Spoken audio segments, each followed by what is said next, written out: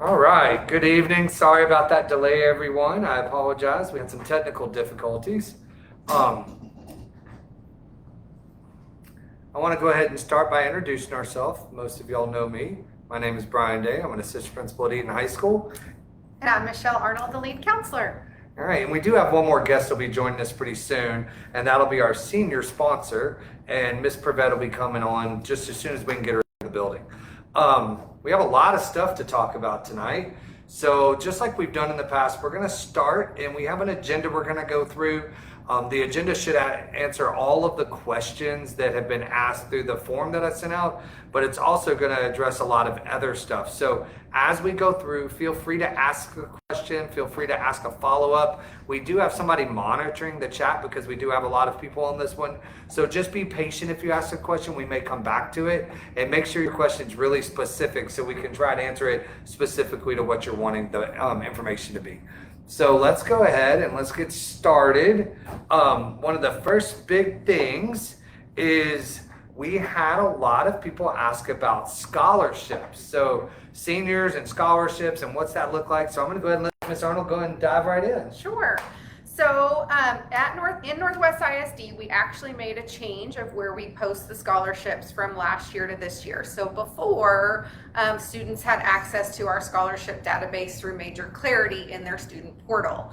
That was a little frustrating for parents who couldn't get in and have their own user access. And so last year, our College and Career Readiness Department moved all of those scholarships onto a Google site that is for Northwest ISD students and parents. So any scholarship that Northwest ISD is aware of and vets, so there is Bobby Morris in our College and Career Readiness Department does go through those scholarships and make sure that that they are legit before posting them on our NISD Google site. So any scholarship that we are aware of that's a local scholarship. So local scholarships seniors can apply for, and if they're still deciding where they're going to college, they're not exactly sure where they're going to go yet, they can take that local scholarship to any school, to any college or university. Okay, so that database that Northwest ISD puts together is great for local scholarships, and they add to that database every time we learn of a new scholarship, it gets added there. So that's one that I always recommend that kids check on once or twice a month. Go in and see if anything new has been added. Several of those scholarships websites will take you to another site that will have multiple scholarships listed. The No Sweat Scholarship is one that's like that. And then there'll be PTSA and PTA scholarships that get added in the spring. Northwest Education Foundation also adds scholarships in later in the fall and in January. So I would say be checking that database once or twice a month. And then I always tell kids, looking for scholarships is like a part-time job. You really have to weed through what's out there to see what is right for you. There's no easy way to do that. There's no system that does that for you. It is just going through it and doing your research and then seeing which ones you meet the qualifications for, submitting those applications, writing those essays. Some are going to be more labor intensive than others. It's just weeding through and figuring out which ones are right for you, but there is a lot of money out there if you're willing to do the work for it. The other place we recommend that kids look for scholarships is once you've been accepted to a university, they have their own financial aid webpage. So Texas Tech will have its own financial aid webpage and line out for you Texas Tech based scholarships. So once you are admitted or accepted, then you can start applying for scholarships from that particular university or school. And that's really where the higher dollar amounts will come from. That's where you'll see kids get offered full tuition. We always recommend looking at that academic scholarship page because sometimes you meet the GPA for a scholarship, but you might not quite be there on your test score. And so it might be worth taking the SAT or the ACT again to get the few extra points you need to earn that academic scholarship of $5,000 a year. So every school is different in what they require for scholarships. There's no mathematical formula that or no blanket kind of GPA or test score you need. Every school is different. So again, you need to do your research on those financial aid web pages and see what scholarships are out there per university. Because a lot of times it will come down to money for kids and families to see how much they get in scholarships to determine where they want to go or where is affordable for them to go. And so really, this is the time to be doing those applications, doing your research, possibly testing again to try to get into scholarship range. This is the season for all of those things. So I hope that that helps answer that question on scholarships and how you can be doing your research on those. Absolutely. And I think one more thing to follow up is just make sure if your students participate in any type of organization, don't think that scholarships don't exist. Do your research, like Ms. Arnold said, is there may be national scholarships, there may be other opportunities that really you just have to do a little bit of research to find out about, and it's always worth applying. I think that's one of the big takeaways. It's also always worth applying.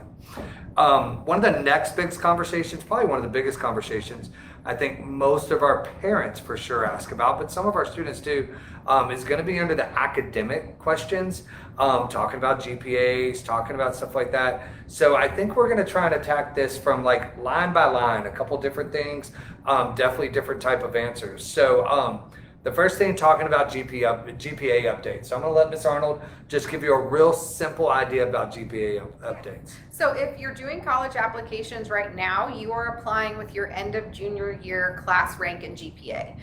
Rank and GPA will not be run again until January after our first semester grades are entered and finalized. So your rank and GPA updates based on your semester average in the courses that at how you do at the end of the semester. So that is when you can expect the next rank and GPA, probably mid-January.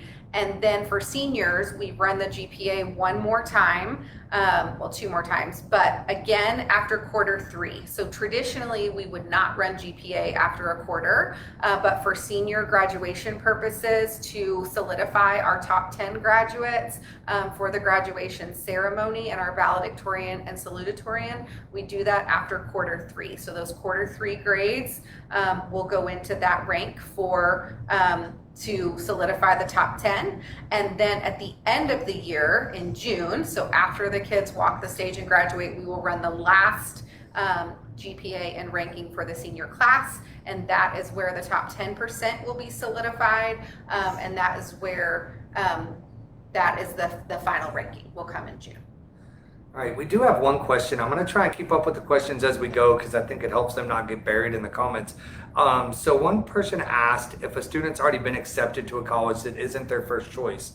So what I would tell you is that always apply. So always apply for the scholarship. If you've been accepted, applying for the scholarships doesn't mean you've committed to go to that school. Now, there may be some scholarships that require a commitment, that require a start date stuff, but don't not apply. And the biggest thing is to reach out to their Office of Financial Affairs. So the Student Financial Affairs Office is not just for taking out loans. It's scholarships. It's everything about that student's ability financially to attend that school. So don't hesitate asking right now what that looks like next year. So I think that's one of the reasons we chose to do this in October, was that we could get this information out early so parents could start asking questions that may be pretty valuable for them. All right, so another question, and I'm going to talk a little bit to it, but I'm going to let Ms. Arnold hit the details, is that we can ask, and this is a student question, is AP and dual credit classes. I'm also going to move over and we're going to invite, come on, Ms. Prevet's joined us. Yes. And so Ms. Prevet is our senior class sponsor. I'm going to let her introduce herself real quick. Hello. So we're just now getting to some academic questions. So AP and dual credit classes, we get asked a ton from students. What should they do? How should they use them? Should they apply for credit? So I'm going to give you I was a teacher and I've talked to a lot of students question or answer, and then I'm going to let Ms. Arnold kind of maybe you a little more in-depth answer. But what I tell students that are taking AP classes is if your AP class is in your major area, meaning that when I go to college, this is something I'm going to major in, make sure you ask your counselor, your guidance counselor at college, where that credit is going to be given. That's the most important thing, because that credit could still be given as an elective or somewhere else. You may not get class for class credit. And that's always important, is not to miss the opportunity to still try and get credit for it. All right, so that's one thing. Dual credit class is a little different, because dual credit class is a class that's awarded from the college for that class. So that's one of the big differences. The second thing is if the class isn't in your course of study or major, make sure you ask for it to be what you took, because a lot of people need a single science or need a single this. And so when you're asking for that credit from that AP biology course to be a biology credit, that is a huge thing if you're going into a fine arts college degree. So just make sure you're asking the right questions. Make sure you're talking to the guidance counselors. Make sure you're doing it now, because that helps you understand what your freshman year would look like at a school.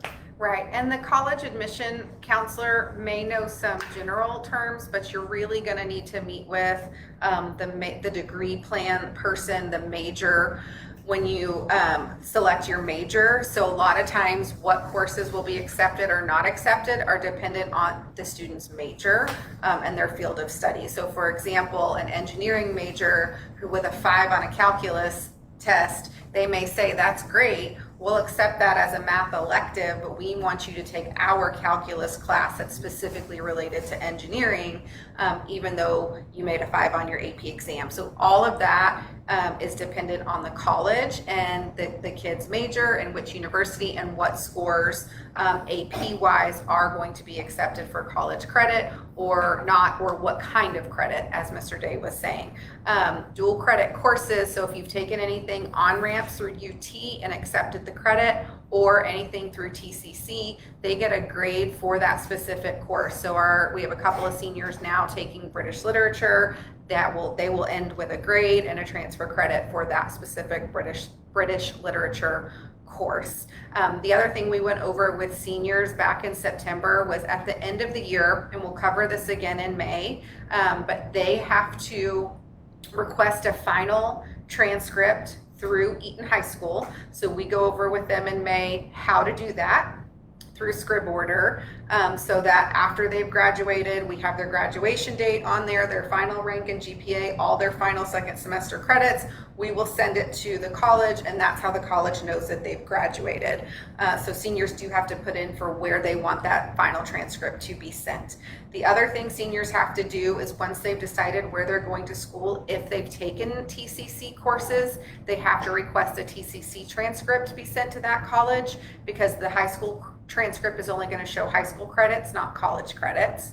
Same thing with UT Austin. They'll have to request an on-ramps transcript from UT Austin if they took and accepted college credit for on-ramps courses. And through College Board, they'll have to submit their AP test scores to that university as well. So if you have a kiddo that's in advanced academics, they're going to have several steps that they need to do to get those college and transfer credits over to the university, because their Eaton transcript, like I said, is going to show high school credit and that they graduated from high school, but it will not show the college credits or test scores on their high school transcript. All right.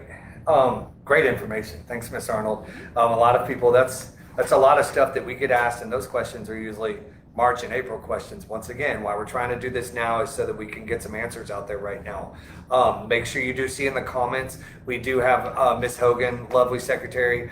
She's making sure we keep all the links that y'all will have in the comments so that y'all can utilize those.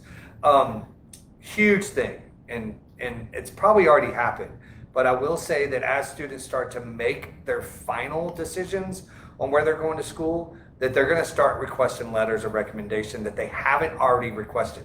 We do get a lot as juniors, we do get a lot when they initially apply, but there are going to be students who are being accepted and then applying into certain programs, anything like that. So just know that we still are willing.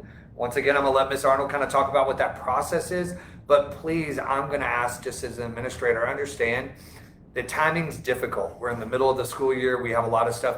We want to help all of our students. So be patient when those are requested and when they are asked of teachers, administrators, counselors, that the turnaround is not quick. It's just not, because it does take us time to kind of maneuver through them. And we want them to be professional. We want them to be mindful. We want them to really mean what we're saying. And so it's not something that can just happen in a day. So keep that in mind. Yeah, and best, we usually ask for 2 weeks notice. So If you know you have a recommendation that's due on November 15th, then you should have your resume and your request to your counselor or your teachers by November 1st. Okay. Whenever we get a request for a letter of recommendation, I'll always reach out to the student and say, do you have a resume you can send me? I want to make this as personal as possible, because colleges don't want us to just regurgitate your transcript. We want it to be a personal. We want to know what you're doing outside of school. Where are you working? What volunteer hours have you done? What are some of the honors or leadership, the other activities that you're involved in, more than what your transcript shows? That's what we're trying to brag about you for a recommendation letter. And then if a kiddo doesn't have a resume, then we actually have a recommendation packet that they can fill out by hand of all the things that you would normally include on a resume, and they can turn that handwritten packet back into us as well. But we do ask for 2 weeks once we've gotten that back to get the letter written and uploaded. And I think this is a great opportunity. I'm asking Ms. Prevet to speak to it as well. So as sponsors too, just keep in mind that sponsors are also teaching and they have their activities. So Right. I know a lot of recommendations are asked of as sponsors. So how does that look like from your Right, same thing. I asked for them to get me the information as far as who the letter is going to. You know, if it's to a certain college, then I would like to know who I'm actually writing the letter to, not just about, but who I can write it to instead of just a Dear John and to whom it may concern.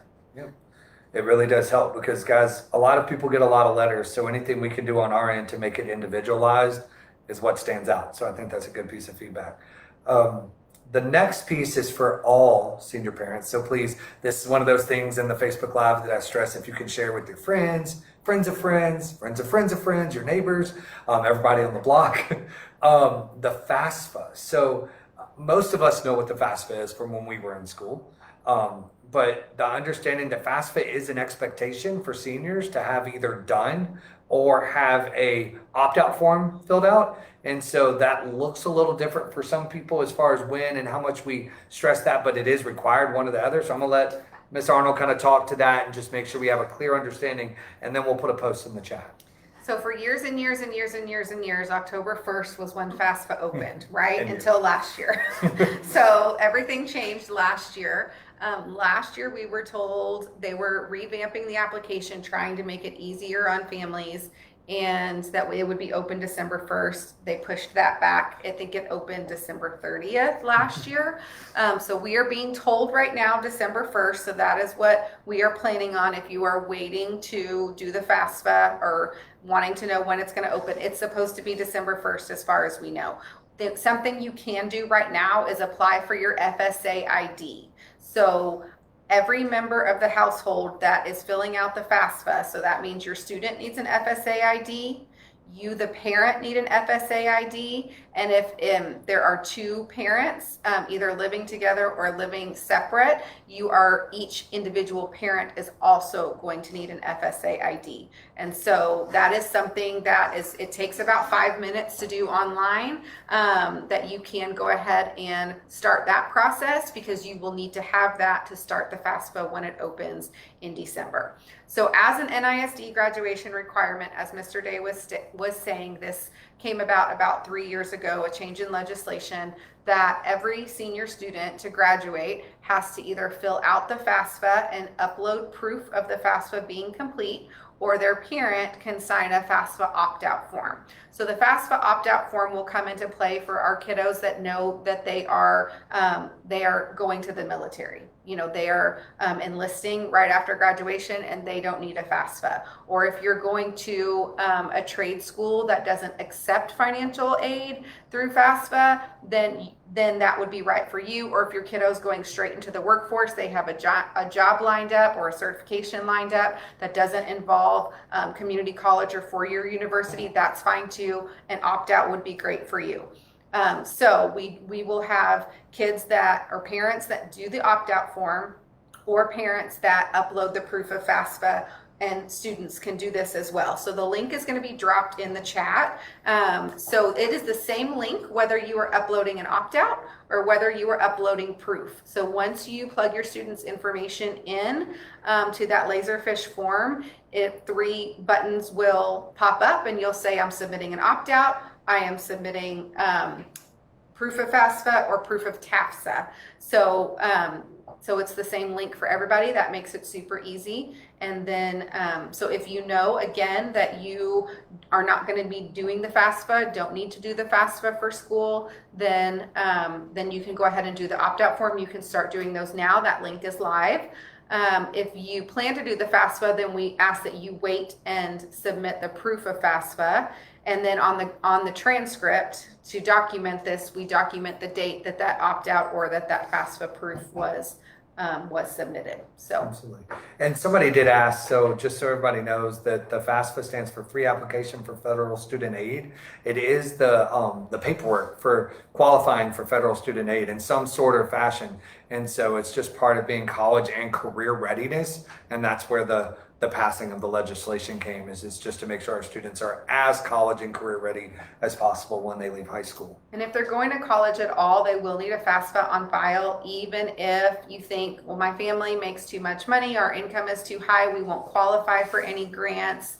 Do we still need to fill it out? Yes, because if your student is getting scholarships, they have to have a FAFSA on file for those scholarships to go into. So that's like a big financial aid house for scholarships, for grants, for loans, for all things financial aid related for school. So that is a question that we get. So I hope that helps. Right. And one last question when we're talking about academics. I mean, we're going to come back to academics. Don't let me fool you. But one question was asked about career prep deadline. Somebody was asking as far as related, could their students still get career prep because they've just recently found a job? Had another person ask, what if they just recently were able to get transportation, etc. So I will tell you that Ms. Arnold will speak to this as well, but career prep's deadline was earlier. It was in September. That course is a full year course. I'll let her kind of follow through with that. But the answer is that I don't think we can do that, correct? Correct. So the career prep handbook has a very specific entry deadline. It was back in September, it was September 7th. And that was for kids not only to be enrolled in the course, but the teachers to verify that they were employed. And the teachers are doing job site visits as part of the curriculum, and teachers are also, the kids have to turn in pay stubs and work schedules every week as part of the curriculum. So those teachers have to have those job sites lined up and know where their kiddos are working, and that they're within the mile radius, and that they're meeting the hours by that September 7th deadline. So kids are not permitted to join that class after the deadline. All right. I want to go back one second before we move forward. It's not really a senior question. It was a parent question, but I actually run our ACT weekend testing, so it's good. I'm sitting here, so I have the answer. So we did have some technical difficulties. ACT national testing had some online difficulties this past Saturday. They are offering a retest. They have asked me to offer the retest. I will tell any parents that are on this, that retest will be a paper test. I have agreed to offer it this coming Saturday. They have not verified that with me yet, but I'm going to assume that that's going to happen, that it'll be this Saturday. It will be a paper test. It will not be an online test. So if that is what you're asking, I think I've answered your question. If not, maybe you could put another more detailed question in.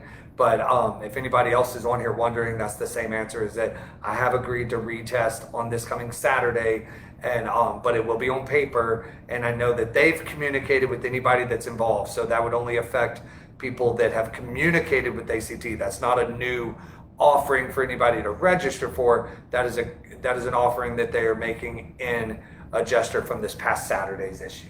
All right. So I just wanted to make sure I got that out there. Let's go ahead and answer.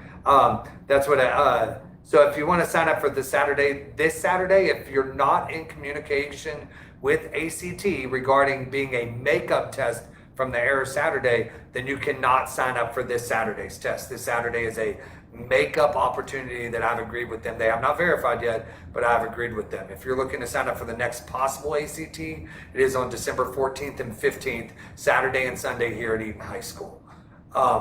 Let's go ahead and answer one more question while we have it up here. Graduating early. Yeah. So December graduates will all do the FAFSA opt-out because more than likely if FAFSA has any issues and it doesn't open on December 1st, we need that graduation requirement complete. So the opt-out form does not prevent them from filling out the FAFSA. It's just NISD's documentation that they've met that graduation requirement. They can turn in an opt-out form and then go fill out the FAFSA the next day or as soon as it opens. So it won't prevent them from filling that out, but due to early graduation for those graduating in December, we will have all those kiddos do an opt-out. And just so you know, one more question about ACT. I'm going to ask, it'll be a minute, but just look in the chat. I'll ask my assistant's here and she's taking all the notes and she's putting all the links. So let's tell her thank you too. By the way, Miss Hogan's awesome. But I will ask her to pull up, if not now at the very end of the live, I will put a link to ACT registration so that I had a couple people ask, how could you register? It'll give you all the information, the cost, the dates, all that kind of good stuff.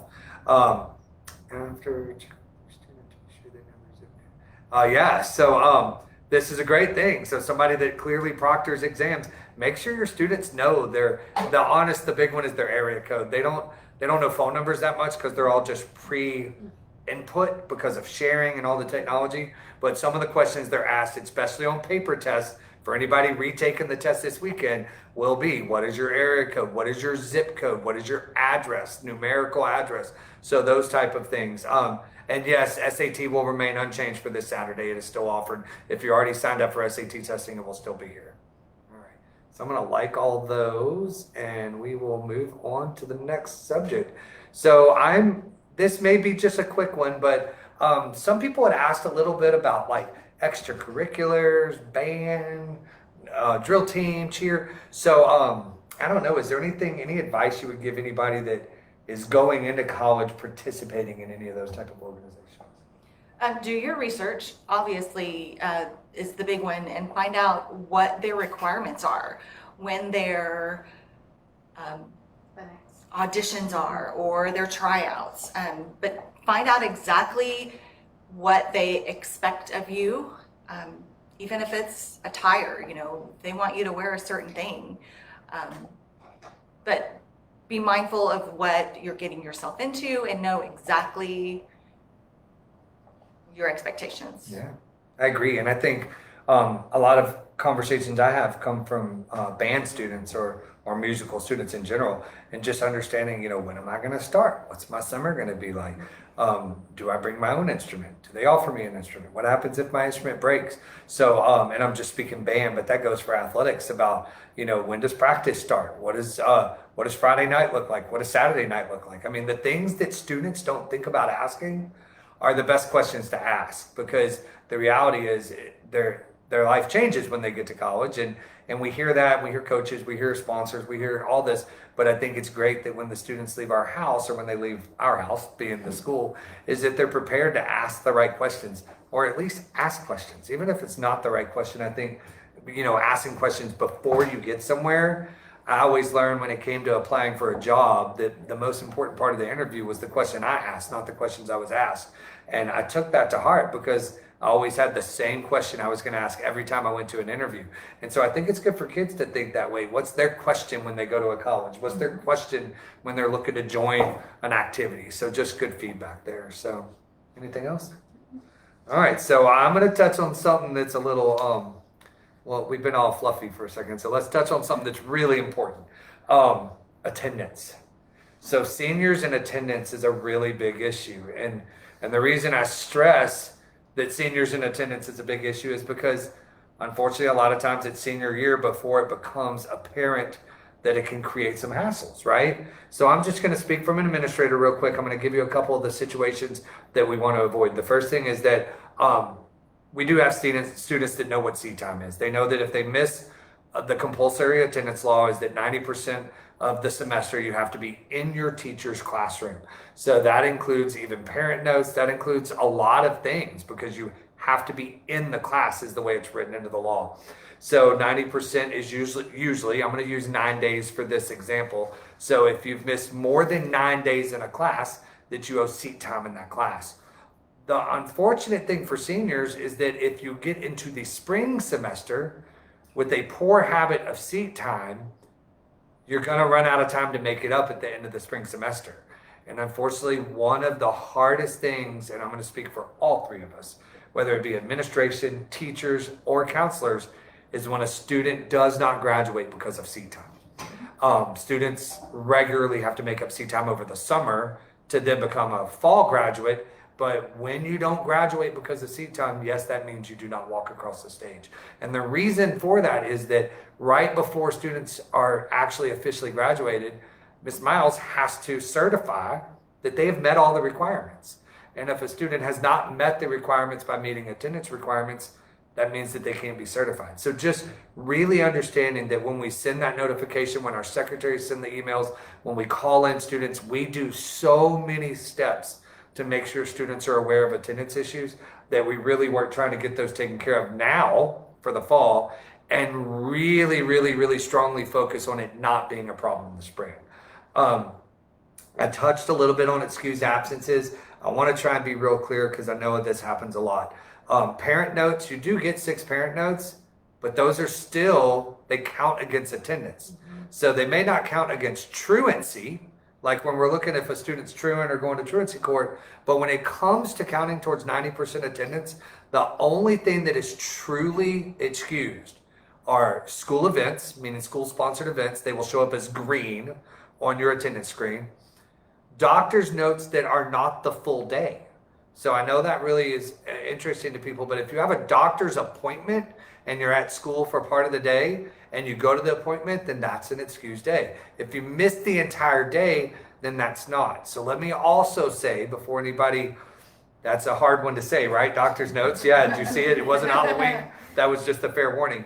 We can have attendance committees when it's related to medical absences. And I want to be real clear. Those are for medical absences. If we have a student who has tonsillectomy and is out 5 days, we can actually meet as an attendance committee and discuss that not being the 90% rule. But do understand you will still get the communication. You will likely get the parent communication. Your student will likely get the communication as far as owing hours, because that is a process we follow. And then on the back end, we will discuss the issues. So 2 big things is understanding those things. Anything else you want to chime in? Yeah, for sure. There will never be a school-endorsed senior skip day. Parents, hear me when I say this, Ever. because we get the calls. My kid told me that tomorrow's senior skip day. It is never an approved absence for senior skip day. The only thing that might happen twice a year is a late arrival on a testing day, and parents, you would get that notification in Parent Square. But if school is open, it is a day on the calendar. All kids, all grade levels are expected to be here. So for the kiddos taking off on senior skip day, that is counting against your 8 allowed absences per semester, and that time will have to be made up. All right. So let's talk about one more hard thing, and then we'll go back into some more fun stuff. Okay. All right. The last hard thing, and I want to try and walk through this step by step. So fines and fees. So one of the second hardest thing. The first hardest thing is having conversations about attendance and possible non-graduation. As an administrator, I can tell you how hard it is when I'm talking to a student who grade-wise is being successful but has not met state requirements, and that's a hard conversation. The second hardest thing is when we're talking about fines and fees. So seniors owe a lot of money. I'm going to be transparent when I say that. They owe a lot of money. We work hard to try and make them aware, to try and work on processes. This is the time to try and set up a payment plan. This is the time to try and focus on how we can resolve it. One of the things that was really hard recently was homecoming and the homecoming dance, and a lot of feedback about having to pay fines before the dance.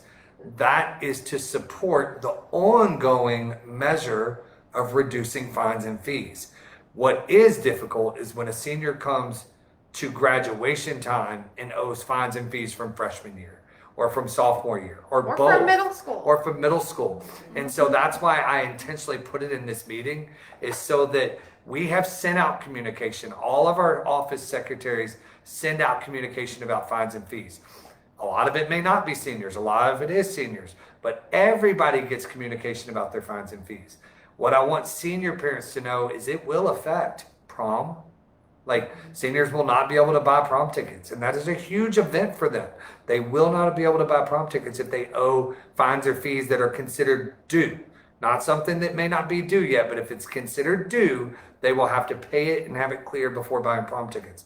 Also, they won't get their diploma. I mean, that end result of being able to get your diploma after you walk across the stage, those are held for students that owe fines or fees. Let me give you an example of fines or fees so we understand what we're talking about. Band fees, athletic fees, art fees, Chromebook fees. club fees, Chromebook fees, technology fees, IDs. on-ramps, IDs. There are a lot of things that cost that seem to sometimes add up. And I'll tell you, I want to be really clear because people won't believe me if I don't say it right here with other people. There are middle school fees that are still on accounts. And the hardest thing about middle school fees is that those have to be cleared at the middle school. That means, yes, that as the parent, you have to call the middle school where the fee is and you have to work with them. If it's paying the fee, we can take the money. But if it's a concern or a question about that middle school fee, it has to go through the middle school. So that's something I want any senior parent that thinks they have a middle school band fee from 7th grade, you're gonna have to talk to the middle school about it. So I want to stress that. Their lunch account fines and fees will be included at the end of the year. So when we're talking about diplomas, yes, that report comes out. I don't know that that report is run before prom. And the reason I say that is because they keep a limit on how much somebody can run up on lunch fees. And so that may be something they've gone in the rears at the last second and they can pay. So, but I'm going to say that I don't think that actual fine list is included until we're talking the end of the year. I hope that answers your question. All right, so enough of the hard, difficult senior stuff. But I am glad I have the opportunity, just so everybody knows, we have over 100 people online right now. It's really awesome. We have over 40 comments. This is fantastic. Thank y'all for coming. We are also recording this, just so y'all know. So for the first time, we will be offering this in a second format that I will be sending out to all senior parents. So that's going to be as well as posting the Facebook Live after we're done. All right, now it's time to talk about some fun stuff. All right, senior fun stuff. I'm going to do a couple things and then I'm going to punt football word. So yearbook questions. So I'm going to give you the most direct answer I can give you. Any yearbook questions need to be emailed to Miss Coker. It's Josette.Coker. I'm going to ask Miss Hogan. She's going to take a second, go find her email address and drop it into the chat. But she has any questions you have about yearbooks. Even if it's something that she may not be able to still do, go ahead and ask her. Let her tell you no. Let her tell you yes. But I don't want to speak for her because that is a huge undertaking. She has very strict deadlines, and I don't want to mistakenly say something that's just got no way to fix. So please make sure if you have any questions, senior ads, senior photos, all that stuff, discuss with her. I will tell you I verified that there was a parent square that came out about the last opportunity for senior photos. That there was a sign up in that parent square. That sign up is due by November 1st. So you need to go in and sign up. And that is the last day they will be on campus. And the pictures are on November 18th. So that I can tell you, that is the last opportunity for those senior photos, which I believe are the ones that go into the yearbook. All right. And yes, there will be a summary. It will take me a little while because I have not created that before. But I will tell you this also gets posted. So anybody that needs to go back and watch it, rewind it, fast forward it, auto post at the end. But I am going to work, it's going to take me a day or two, but I will work on a summary to come out. All right. And I did see Miss Hogan posted your, to make sure you check your student school cash account. Great idea. I see the summary question. Yes, ma'am. Communication sent out regarding cords. Nope, but it's coming.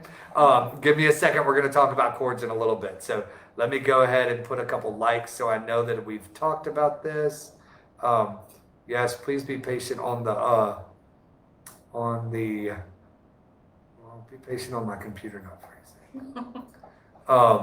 So please be patient on the summary because that might take me a little while. All right, so I'm going to full out punt and let Miss Prevette do all things prom. Yes, I get the fun stuff.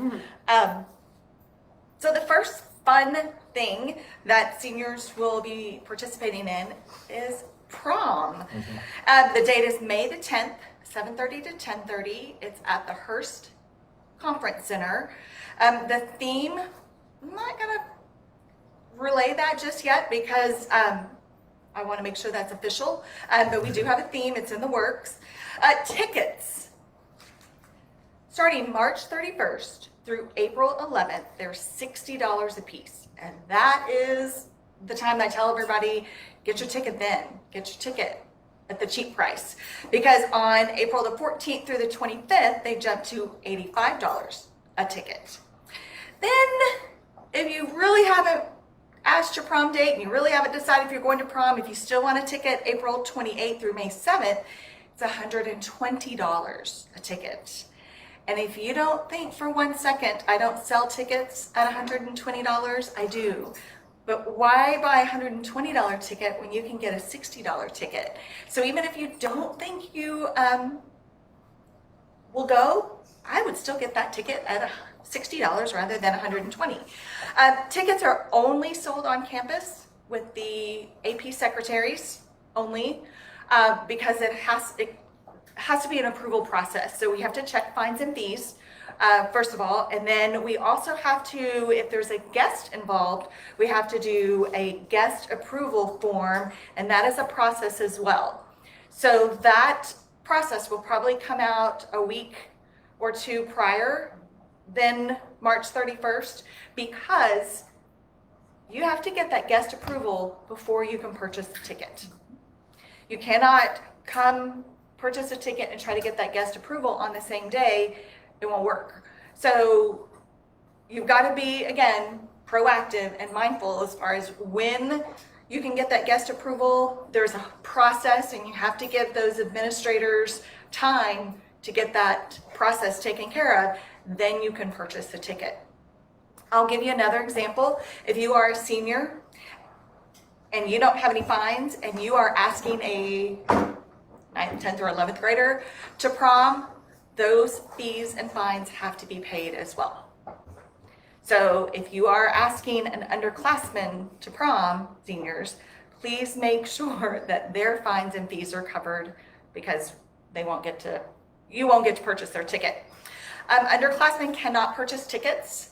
Okay, so it's the senior only purchase a ticket. That's why they're only purchased on campus. And the other thing about prom is that the cutoff arrival is 9:30, so you have to be there by 9:30. So prom is 7:30 to 10:30. We do the king and queen announcement around 10:15-ish, but the cutoff time to come in is 9:30 at the conference center.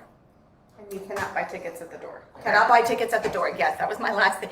Cannot buy tickets at the door. The last day to buy tickets is May 7th. The last day.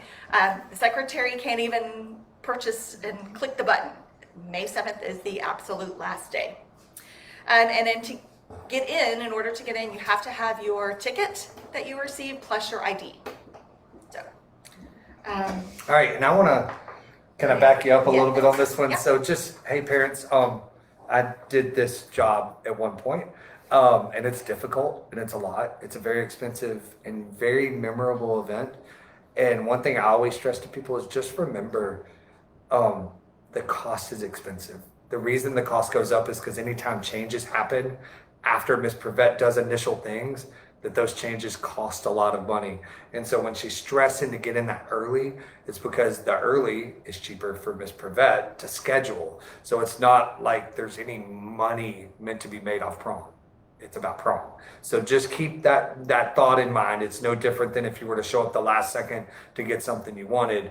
A lot of times it costs more, and so it has to cost more on this end. So I just want to stress that because I know that can be a sore subject sometimes. Prom's expensive, but she does work tirelessly to keep the cost down on the front end. So please take advantage of that. All right. So we do have a question. If you buy an early prom ticket and they decide to not go, can you sell to another senior? So, yeah, it's. I'm gonna say it's a no. There's extenuating circumstances. We've had somebody get hurt. We've had some other issues, but for the most part, we try not to sell tickets because then we get off of our very strict guest list because we want to limit. Prom is a huge event, and we have to make sure we limit it to really understanding who we have at prom to make sure it's as safe as possible. So I'm going to say 99.9% of the time the answer to that is a no. So, all right. I did see that some answers about graduation tickets. We do not have graduation tickets. It's first come, first serve. There is room for everybody. We haven't had tickets that I'm aware of. So, and I do not have that date directly in front of me, the 27th. Is that correct? Could you look that up for me? It is? It's a Tuesday. All right, so it is correct. They're saying yes. So it's that Tuesday. So if May 27th is the Tuesday, then that is the correct date. Yes. So I'm going to go like my stuff. And we're going to go through. 10 a.m. I think so. We are the first one this year. Absolutely. So ignore my request. I'm going to ask real quick, Miss Dodd, is there any way would the table be not turned on? It's not charging my computer. Stop charging your phone. My computer. The outlets aren't working. It's okay too because I'll just move the computer if I need to. So let's see. Hang on, I'm trying to go up here. And what's the reason for the price increases at different prom dates? I just gave that answer. And let's keep going down. All right, let's go to the next thing. Graduation orders. So there were a few questions about graduation orders, about caps and gowns, and we have had Jostens on campus. They have given the packets. The students have received the information. There was a deadline for the least expensive package. At this point, the only communication for graduation stuff is going to be through Jostens. So I do have Miss Hogan looking to put the Jostens link in the chat. You will need to get with them as far as any questions. That all goes through Jostens, but they can help you. It's not too late to order. I don't want to say that. There's plenty of time. It just is at a different price point because Jostens gives a discount for all those that order before that. I believe it was October 8th is the date I'm thinking, but it was early October. But go ahead and get to them as soon as possible because I believe they also have another escalator in their price sometimes in the spring. But just make sure you get with them ASAP about it. And all students have to participate in the graduation ceremony, a graduation gown, a stole, a cap, and a tassel. So those are the 4 pieces. So if you have a sibling that graduated before and you still have the cap and the gown, you'll just need a new stole because it has the graduation year on it and a new tassel. But you can reuse the gown and the cap. There is an official tassel. There are some commemorative ones, but there is an official. An official tassel. I do have one person that mentioned the wrong calendar. You are correct, but we are 100% for sure the 10 a.m. graduation. So if y'all want to share that out, that'll help as well. The prom date, I see somebody wanted that repeated. It is May 10th from 7:30 to 10:30. And let's see what the next one is. I'm going to go ahead and do some questions before I move to the... Ms. Phillips, if you look at the top of this chat box, there should be a link with the Google Sheet that the district offers, and that'll have some resources as far as scholarships, all right? So, and there's a link within that link that has a lot of resources about scholarships, so just make sure you click on those links, all right? Let's see, before we go to the next topic, let's see, we have, I think we're called up. What about Stole for Honor Society? So that will be ordered, I think, through Honor Society It is? around the same time as Cords. And is it done? It's done through the Honor Society, or yes? So that one is actually done through Honor Society. It's a little different. We're about to go over Cords right now. So let's talk about Cords. The first thing to do about Cords, and this is very important, is to ask the sponsor. Whoever the sponsor is, ask them first. There are very few that differentiate, but there are some.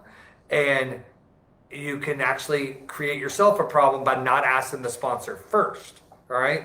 After you ask the sponsor will tell you one of two things: if the sponsor handles it, or if my office, actually Dr. Green's office, and Miss Hogan handle it. All right. So it's going to be one of those two. All right. Either the sponsor is going to handle it and what the process looks like, or they're going to be told to come to A201 where Miss Hogan and Dr. Green will handle it. There are no in-betweens on stoles. That's it. It's either the sponsor's going to handle it, or they're going to be sent to be dealt with in A201 with Dr. Green and Miss Hogan.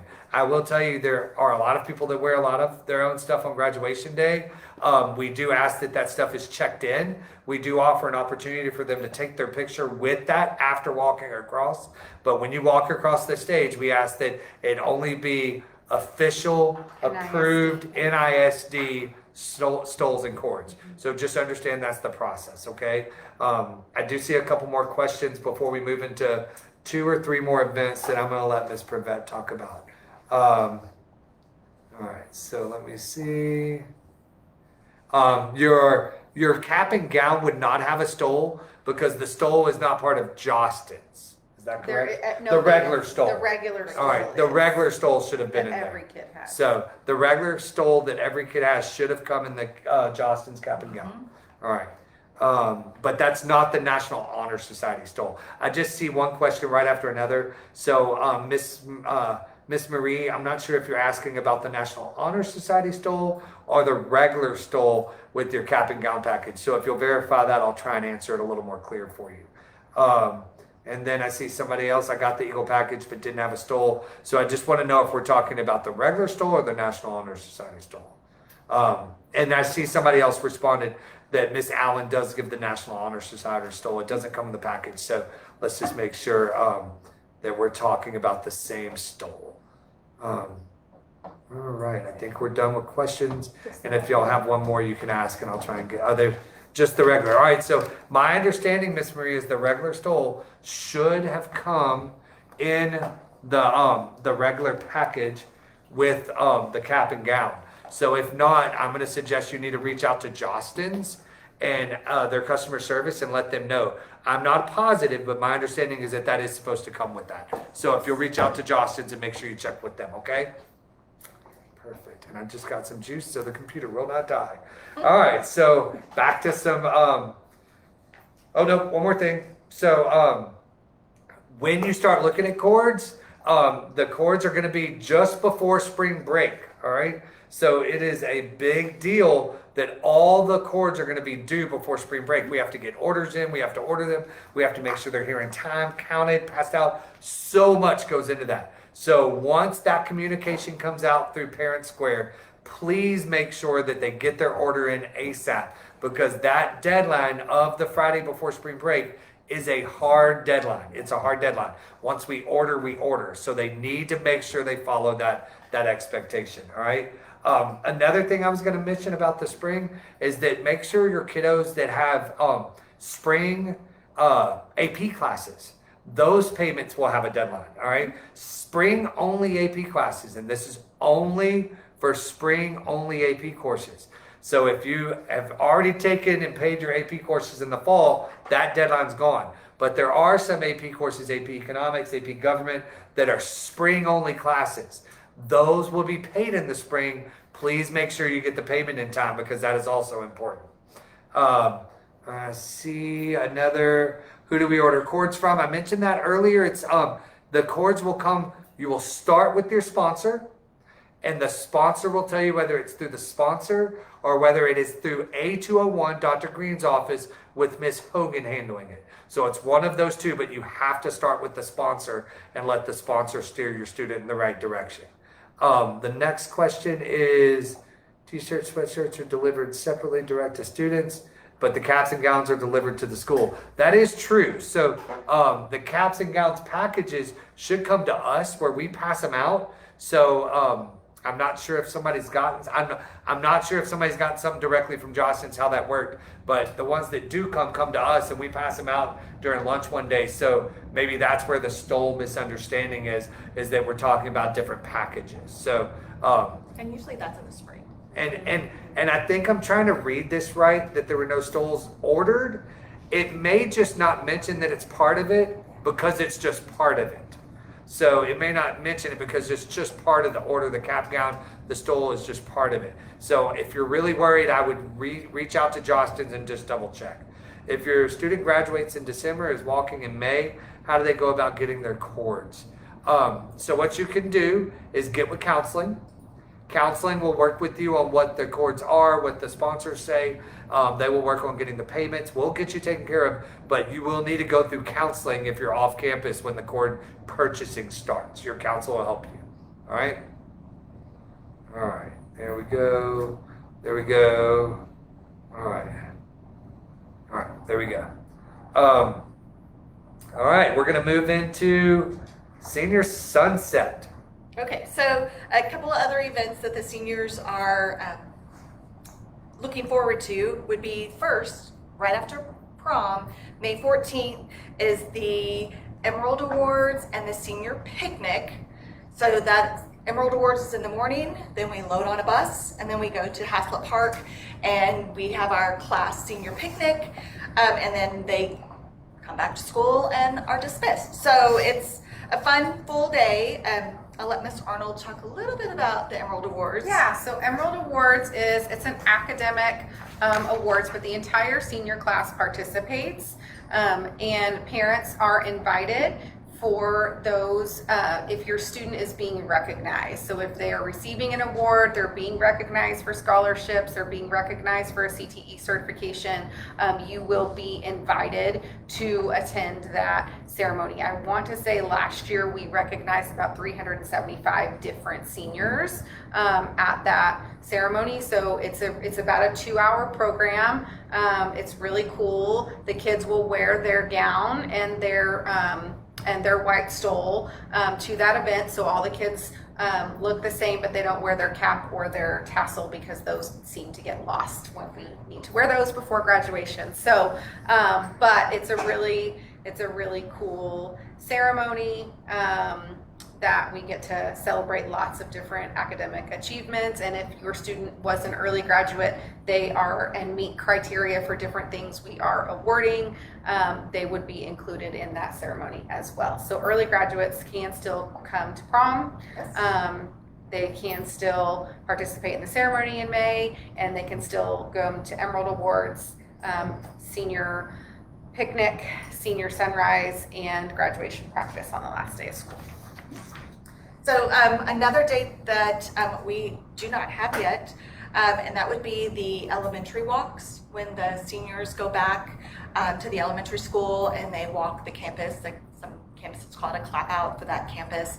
That date is set by the district, and I'm not aware of that date, but it is usually sometime between prom and finals. Yeah. It's usually sometime in there. Another date is May 20th, and that is the senior sunset. So it seems like we just had the senior sunrise, and now we're going to have the senior sunset on May 20th.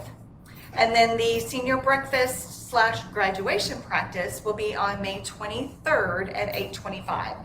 So we will be fortunate to have food brought in for the seniors that morning. It's just basically one more time that they can visit and socialize with their friends. We'll go through a graduation practice as far as the information they need to know. And then as soon as that is over, then they will be dismissed. So all of their exams will be done prior to the breakfast. So that is pretty much the last thing they will be on campus for. And I'm going to go back because she mentioned the clap out. And so those dates, even to my knowledge, have not been shared yet. I do know that they're either the last week or the week before that. But they try to make them after tests, make sure kids aren't missing their AP tests, all that stuff. But that will be communicated. Those do exist. They usually put flyers out. Elementary schools usually put flyers out. Those invites come out. You can assure yourself that I'll put it out on Facebook. So those dates will come. I just don't know that they're solid right now, as they also have to account planning with the elementary schools for those as well. So I assure thee they will come, and communication will come out about them. Senior breakfast is a great thing. It's fun. Last little thing at school. We get to see the kids, and then we get to tell them how they're going to graduate, which they're like, I think it's real for them that morning. We talked about a lot of Jocelyn's things. One of the things that did get asked, and I did ask, and I'm going to go back to the stole thing. I'm 99% sure the stoles come with it. I will ask, and when I do the follow-up, the actual Parent Square email that'll have a summary, I will make sure I send that. All right. So whatever that answer is, I'll reach out to him and I'll see if I can get that answer and make sure I include it in the follow-up. So just be looking for that Parent Square with my summary, and that should kind of close the stole question down. If I can find any information about clapouts, I'll also include that. So be looking for that as well. All right. Can seniors who did not attend NISD elementary schools still attend the clapout? Yes, so kids who were not here in NISD can still sign up to go to an elementary. So we have a couple of new elementaries that weren't open. So a lot of times those kiddos will go to Berkshire or go to Curtis, depending on what's close in their neighborhood, or they may tag along with a friend and go to Schluter or Hazlitt or somewhere else. But yes, they can still participate even if they did not go to elementary in NISD. I did miss one of the questions. Unfortunately, parents do not attend the senior breakfast. That is a time where we literally focus.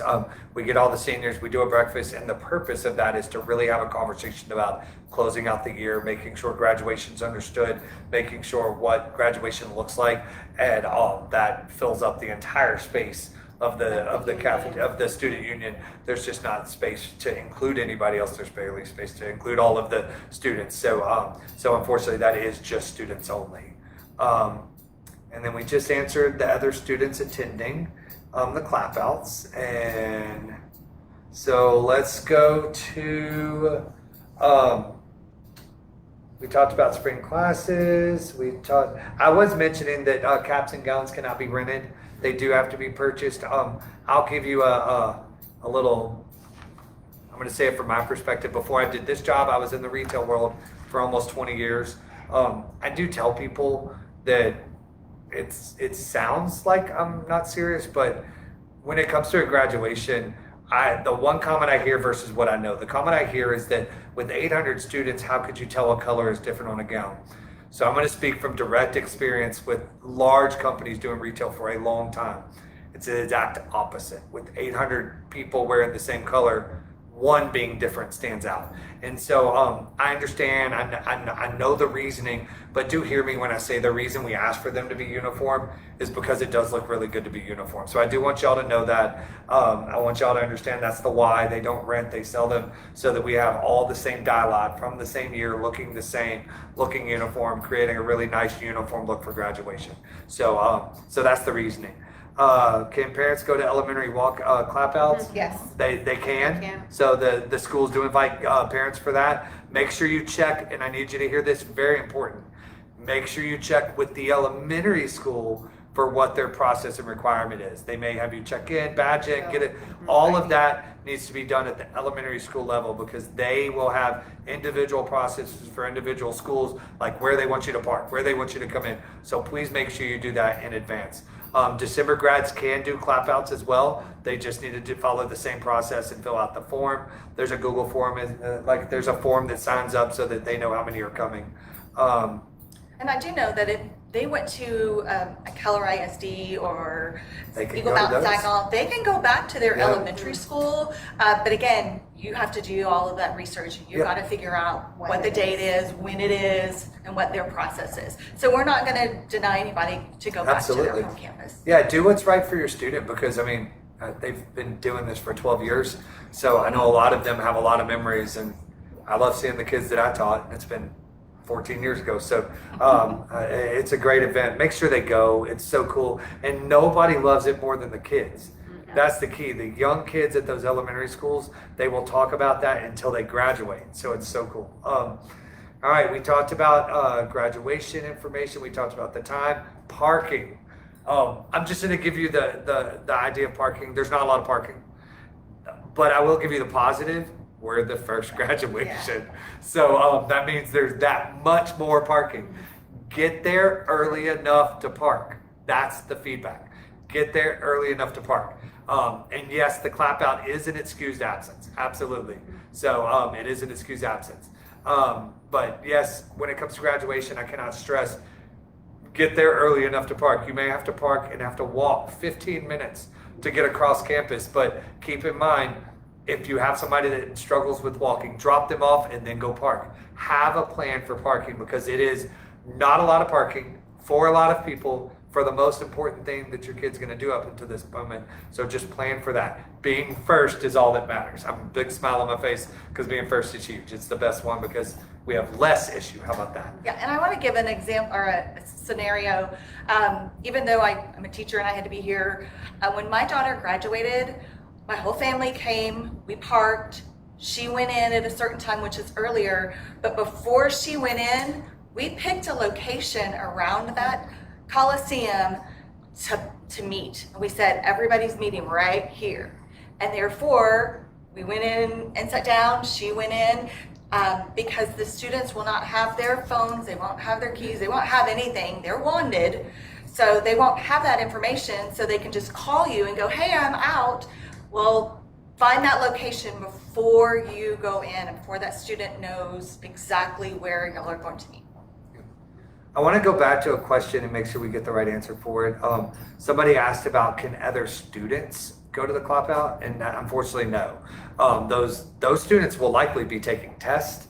And if they're not taking tests, those are not excused absences. And we also have to keep in mind that there are a lot of people, just in parents and seniors, that go at an elementary school. There's also limited room. So to my knowledge, that is a senior and their parents that are coming to that.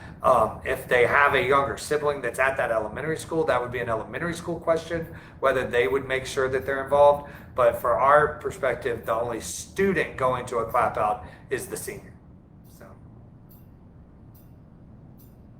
all right. And my last thing, before I do my last thing, I'm gonna give everybody a few minutes. Let's do 2 minutes. If you have a last question, I'm going to stress, guys, I cannot tell you, I love doing this. This is the third one this year.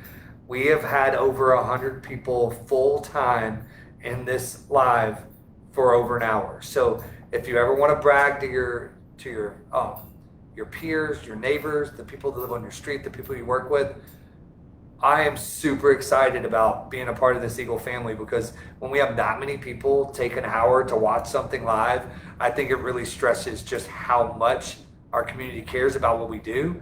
And so that's a clap for y'all. I appreciate y'all, because what you say after this will go way further than anything the three of us can say during it. And so that many individuals being online full time for an entire hour goes to say how much we really appreciate our parents being involved. So I can't give you enough thank you. All right, guys, I don't see any more questions. I can't believe it, but I think they're probably tired of me talking. That's probably it. All right, so my last plug, I'm going to tell you two things. One, it is almost November. So my first plug is that I think high schools forget this comment. It is no longer the PTA in high school. It is the Parent Teacher Student Association. So I'm going to give a huge plug to our PTSA. They do an amazing amount of stuff for our campus. But one thing I would love to see is more students involved. And I'm going to go all the way back. There's a reason I put this at the end. It's because I'm going to go all the way back to the beginning. When you talk about scholarships and opportunities, there are PTSA scholarships for students. There are national PTSA scholarships for students. So your student joining the PTSA makes them eligible in a lot of ways to look into those scholarships. So please keep that in mind. Have your student come be involved. Have them be a part of the PTSA. Have them be a voice when they meet. Please, please, please understand that that organization is far more than what it is in elementary school when you're in high school. What it does, how it does it, who it speaks for, who it represents. Please, please, please, please understand that it's a huge part of the students as well. And to go one step further, please don't forget what they do for your student after graduation. They are 100% solely responsible for senior graduation celebration. They literally rent out that building at, I believe it's still Main Event. They rent it out for the entire night. They have so much stuff to offer, so much fun, games, food. They do. If you'd have seen the stuff I saw them raffle off last year, it is ridiculous the amount of stuff that your student has an opportunity to get to go to college, just to have. I mean, just fridges, all this stuff. And I just saw somebody say yes, Main Event. But when I stress that that event, and I went to it and I was tired, but food was good and kids love seeing us. But when I say a fun time, fridges and all things dorm and an Apple, I mean, just so many cool things. So it's a really fun event. But the PTSA doesn't just do stuff for teachers, doesn't just do stuff for administration. I can't even stress what they do for counseling and admin. You just can't understand. But what they do for students is absolutely amazing. And then, as you see, somebody said every student leaves with a $25 gift at least. So please make sure you contact the PTSA. I will put their contact information in the follow-up when I get the summary out. I will make sure I get that information. So the 3 things I'll commit to before we say goodbye is I'll make sure I commit to verifying the Stoles. I'll make sure that I find out or try to find out times or dates or at least vicinity for clap outs. And I will make sure that I include the PTSA information on how to join, how to pay to join, and the project graduation stuff. So I will include that in a summary. So once again, thank you very much. I'm gonna let Ms. Arnold say goodbye, let Ms. Prevett say goodbye. I want to take one last second to thank Miss Emily Hogan. She's who's supported us, all the posts, everything she's put in here. But more importantly, because I cannot do this without thanking her, Miss Melinda Dodd. She is one of our teachers. She does all of the Eagle TV. She does so much stuff. But if you understood, none of this would happen. We'd be in my office looking very elementary. Instead, we get to sit up here and look professional with spider webs, and she's who got me power back in the middle of the Facebook Live. So thank you very much again. Please share with people, tell your people on your street, anybody that can make it. Lots of information. We appreciate y'all. Go Birds!